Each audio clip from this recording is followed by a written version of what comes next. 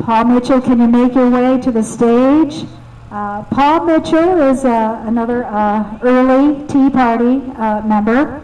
Right now, Paul is a board member of the Lake County Tea Party and a board member for Lake County Right to Life. He was a representative last year for Illinois State Rep and has something he wants to say to us today. Would you please join me in welcoming Paul Mitchell? Thank you, Sue. Thank you, Craig, and everyone with the Palatine Tea Party organization for putting on this great event. It was my great privilege a year ago to address the first Palatine Tea Party on the 4th of July. It was raining that day. We were standing under the clock, and I announced that I was a candidate for state representative in Lake County in the 62nd District. Like Tom Morrison, I was opposing a non-platform Republican incumbent, and I told you that I had no money, no organization, no experience, no name ID, and no party support, and I was up against an incumbent who had all of those. Well, I did my best. We fought that fight, and when the primary came, I got 38% of the vote. Not bad for starting off from where I started with. It was on the basis of Tea Party support and pro-life support, and I came to say thank you today to let you know that what I tried to do started a ball rolling, and it's still rolling today. Now I'm a Republican precinct committeeman. As Sue mentioned, I'm on the board of Lake County Right to Life and the Lake County Tea Party. So the next thing I want to be sure that I do is invite you all to the very first Lake County Tea Party event.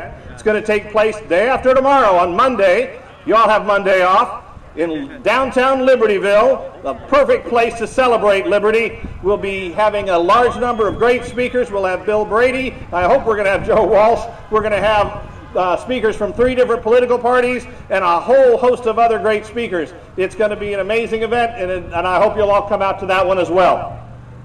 Finally, I want to thank all of you for being here, for caring enough about America, for caring enough about Illinois, for caring enough about your communities to spend your time coming out to an event like this.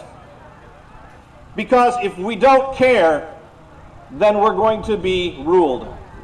If we don't take the interest to step up and take a part in the governance of our country, then we will be subjects.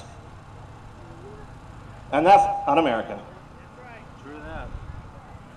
And so, but we have to do more than this. Like I did when I stood up to be a candidate for state representative, we have to take part. We have to step up and find a way to get involved, whether as a political candidate, whether as a precinct captain or precinct committeeman with your favorite political party, whether as a volunteer in some organization.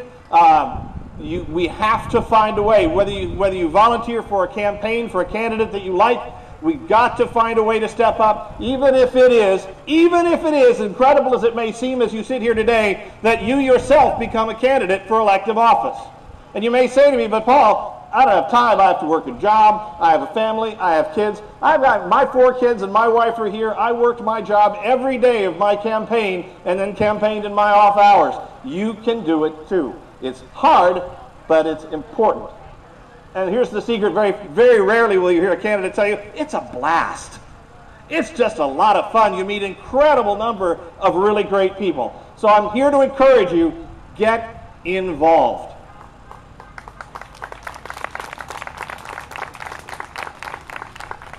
Now I see that the folks from Americans for Prosperity are here. That's a great organization. Ma'am, would you hold up the other side of your sign? That's the one that says November is coming. That's a great slogan. November is coming. We've been telling people, remember in November. We talk about all this in the sun. We talk about all this in the springtime and in the summertime. But when the fall comes, we have to remember all these things we've said. But here's something else that's not being said very much that we have to keep in mind. Tom Morrison alluded to it too. November's not the end. We're going to fight a pitched battle for our freedom on November 2nd. But win or lose, that will not be the end of the war. Win or lose, we're going to have to go on and fight another pitched battle 2 years later in 2012 when Barack Obama tries to be reelected as president. And are we going to vote for that?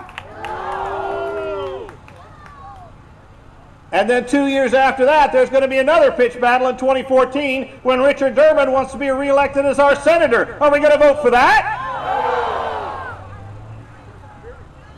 2 years after that, there's going to be somebody else that needs us to oppose them. This is not a battle we're going to finish in a single election cycle, or one election, 2 election cycles, or 3 election cycles.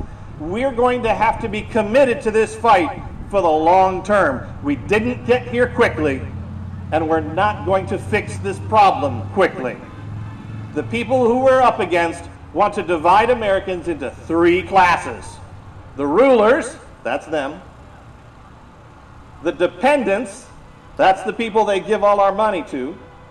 And the producers, that's us. The people who work, the people who raise the families, the people who pay the taxes.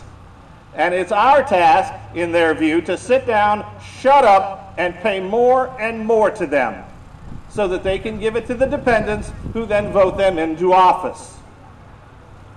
Now, this should be impossible. There should be all kinds of things to stop them from doing this. There should be academia, there should be our mass media, there should be our entertainment industry. But they've got all those things in their pockets. We have just 3 things left to defend our liberty with, as I see it. We have the free market, we have our families, and we have our faith in God. And if you read the papers every single day, you'll see every one of those things is under assault in Illinois and in Washington. And we have to defend all 3 of those at the same time and not give an inch. And then we have to take back academia and mass media and the entertainment industry.